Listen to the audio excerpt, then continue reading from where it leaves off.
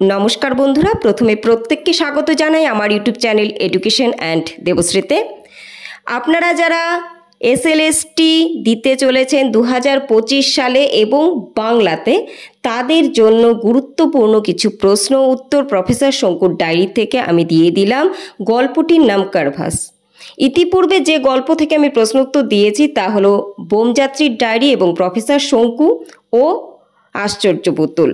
ওই গল্পগুলির প্রশ্ন উত্তর যদি আপনারা পেতে চান তাহলে এই ভিডিও ডেসক্রিপশনে সেই ভিডিওটির লিঙ্ক দেওয়া থাকবে, আপনারা ক্লিক করে দেখে নিতে পারেন।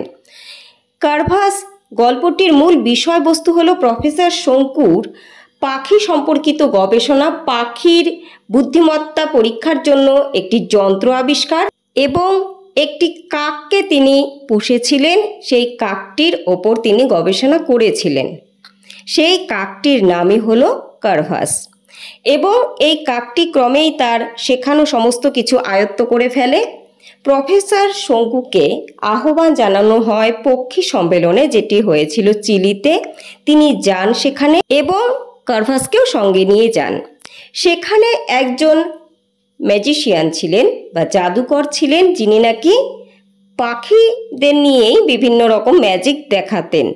তার নাম আর্গাস। সেই আর্গাস খুবই ধনী একজন ব্যক্তি, সেই সাথে স্বার্থবাদী ব্যক্তি। তিনি যেহেতু কারভাসের বিষয়ে জেনেছিলেন, তিনি চেয়েছিলেন সেই কারভাসকেও নিজের কাছে এনে রাখতে এবং তিনি প্রফেসর শঙ্কুকে প্রস্তাবটি দেন।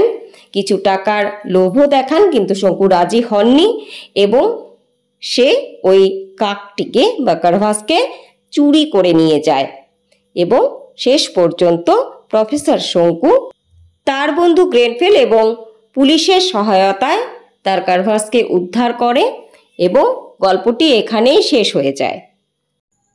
এখানে একটি প্রশ্ন আমি মিস করে গেছি, সেটি হলো কারেরাস কে ছিলেন, বা প্রশ্নটি দিতে পারে একজন পুলিশ অফিসারের নাম আছে যিনি কারভাসকে খুঁজতে সাহায্য করেছিলেন শঙ্কুকে, তার নাম কি?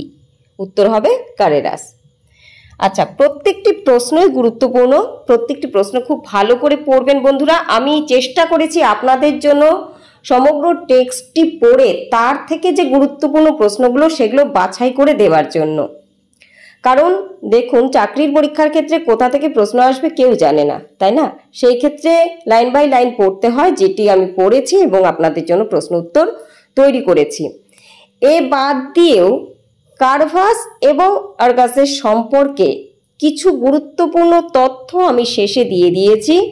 সেই তথ্যগুলো থেকেও কিন্তু প্রশ্ন আসতে পারে, তাই অবশ্যই সেই তথ্যগুলো খুব ভালো করে পড়ে রাখবেন, সঙ্গে থাকবেন।